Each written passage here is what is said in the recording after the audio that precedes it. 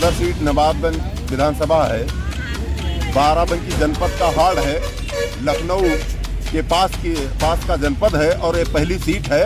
मेरा कहना है अपर्णा यादव को लाओ, नवाबगंज सीट बचाओ, नवाबगंज सीट बचाओ। अपर्णा यादव लाओ, नवाबगंज सीट बचाओ। जनता पार्टी जिंदाबाद, जनता पार्टी जिंदाबाद। बाराबंकी की नवाबगंज सीट पर आजादी के बाद से नहीं खिला कमल। 2012 विधानसभा चुनाव में इस सीट पर बसपा में राज्य मंत्री रहे संग्राम सिंह वर्मा को हराकर समाजवादी पार्टी से सुरेश यादव ने कब्जा जमा।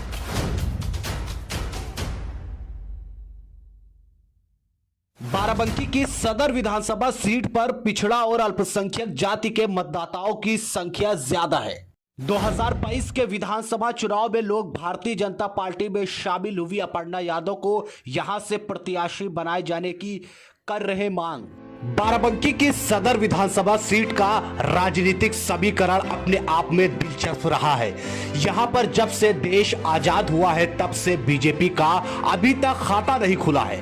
इस बार भारतीय जनता पार्टी से इस सदर सीट पर अपर्णा यादव को प्रत्याशी बनाए जाने की मांग उठ रही है।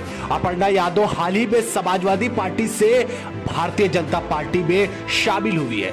बाराबंकी की इस सदर विधानसभा सीट पर पिछड़ा और अल्पसंख्यक जाति के मतदाताओं की संख्या ज्यादा है। 2012 विधानसभा चुनाव में इस सीट पर बसपा में राज्य मंत्री रहे संग्राम सिंह वर्मा को हराकर समाजवादी पार्टी से सुरेश यादव ने कब्जा जमाया था, जिसके बाद 2017 विधानसभा चुनाव में बीजेपी लहर के बावजूद सपा से सुरेश यादव ने बीजेपी प्रत्याशी हरगोविंद सिंह को हराकर दोबारा विधायक बने और सदर सीट पर सपा का कब्जा रहा। अब इस 2022 के विधानसभा चुनाव में लोग भारतीय जनता पार्टी में शामिल हुई अपर्णा यादव को यहां से प्रत्याशी बनाए जाने की मांग कर रहे हैं, क्योंकि यहां आजादी के बाद से आज तक बीजेपी जीत दर्ज नहीं कर पाई। 1991 के चुनाव में राम मंदिर अभियान के लहर के बाद भी बीजेपी को बाराबंकी की इस सदर सीट पर जीत नसीब नहीं हुई थी। वही 2017 विधानसभा चुनाव के मोदी योगी लहर में बीजेपी ने जिले की 6 विधानसभा सीट में से 5 विधानसभा सीटों पर जीत दर्ज की, लेकिन उस समय भी बीजेपी इस सदर सीट को जीत नहीं पाई। पटेल जी आज पटेल तिराहे पे हैं और अपर्णा की फोटो हाथ में लिए, क्या संदेश देना चाह रहे हैं, क्या है फोटो के पीछे? ये सदर सीट नवाबगंज विधानसभा है। बाराबंकी जनपद का हार्ड है, लखनऊ के पास का जनपद है और ये पहली सीट है। मेरा कहना है अपर्णा यादव को लाओ, नवाबगंज सीट बचाओ।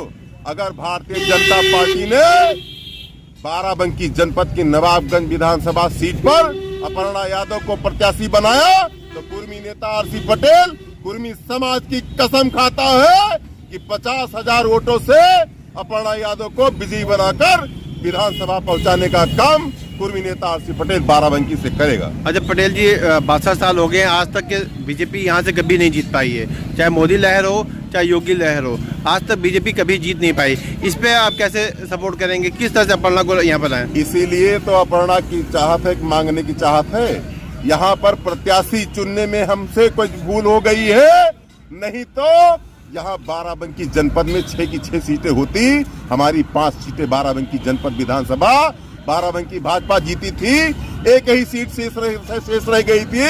मैं चाहता हूँ इस बार किसी प्रकार की कोई गलती दोहराई न जाए, इसीलिए कहता हूँ अपर्णा लाओ, नवाबगंज सीट बचाओ। बाराबंकी को ऐसे नेता नहीं जो इस सीट पे लड़े और जीते हैं बीजेपी से? ऐसा नहीं कि बाराबंकी में कोई नेता नहीं है, लेकिन अपर्णा जी अगर आती हैं तो मैं दावा करता हूँ कि 50,000 वोट से बाराबंकी जनपद से अपर्णा यादव को जिताकर विधानसभा भेजूंगा। 2007 में बीएसपी यहाँ से लड़ी थी, वो 5 सीट जीती थी। इसके बाद में 2012 में समाजवादी जीती थी, वहाँ 6 के 6। 2017 का इलेक्शन होता है और आप बीजेपी यहाँ से 5 सीट जीतती है। 2022 के इलेक्शन आने वाले हैं और बाराबंकी के मुखिया आप सांसद हैं यहाँ के। एक सीट कसर रह जाती है कि बीजेपी आज तक की यहाँ से 62 साल से एक भी सीट यहाँ से नहीं जीत पाती। लोगों आपका ये मांग है जब से मुलायम सिंह की बहू बीजेपी ज्वाइन की है, लोगों का मांग है कि यहाँ के जो सीट है सदर से वो अपर्णा यादव है लड़े यहाँ से, इस पे आपका क्या कहना है? कार्यकर्ताओं का अपना अपना नज़रिया होता है, अपने अपने आइडियाज़ होते हैं, वो पार्टी को देते हैं। अपने विचार भी कार्यकर्ता पार्टी को देते हैं और कार्यकर्ताओं के विचारों को पार्टी पूरी तौर से महत्व भी देती है, उन पर विचार भी संज्ञान लेती है और विचार पार्टी करती है। पार्टी पूरी 6 सीटें जिताने के लिए इस बार पूरे प्रयास में है और जो भी निर्णय आएगा पार्टी का, वो पार्टी के भी हित में होगा, कार्यकर्ताओं के हित में होगा। अब तक ये बात पहुंची है अपर्णा जी, अगर बाराबंकी से लड़ती हैं तो क्या समाजवादी बीजेपी को फायदा होगी या समाजवादी को एक झटका लगेगा? इन सब चीज़ों पर विचार करने के लिए हमारा प्रदेश नेतृत्व है कि कौन बढ़िया लड़ सकता है, कौन बढ़िया लड़ेगा, कौन सीट को निकाल सकता है और प्रदेश नेतृत्व इस पर मंथन कर रहा है। निश्चित रूप से कोई बढ़िया कैंडिडेट ही प्रदेश नेतृत्व देगा। एक किसी नाम पर मुझे चर्चा करना उचित नहीं होगा। लगता है कसर रह गई है कि बीजेपी आज तक के कभी यहाँ से जीते नहीं है। वो तो है, स्वाभाविक है।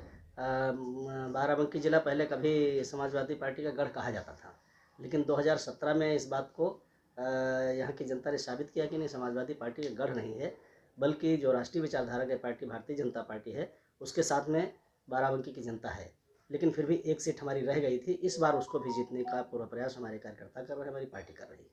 चेहरा अगर अच्छा मिल जाए तो अच्छी ऐसी सीट निकल सकती है। अच्छा ही चेहरा पार्टी लाएगी, कोई जो बढ़िया जो इस चुनाव लड़ सकेगा उसी को पार्टी लाएगी और जिसको भी पार्टी लाएगी हम सब लोग मिलकर के कार्यकर्ताओं की मांग साहब, बाराबंकी पब्लिक डिमांड करे कि 62 साल से आज तक बीजेपी यहाँ से कभी चुनाव नहीं जीत पाई है।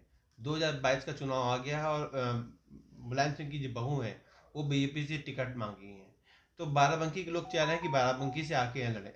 इस पे आपका क्या कहना है? बाराबंकी से क्यों लड़े? पार्टी की इच्छा हो सकती है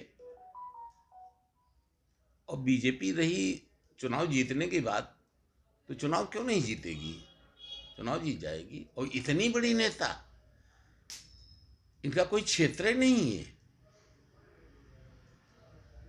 तो क्षेत्र के मतलब क्या होता है?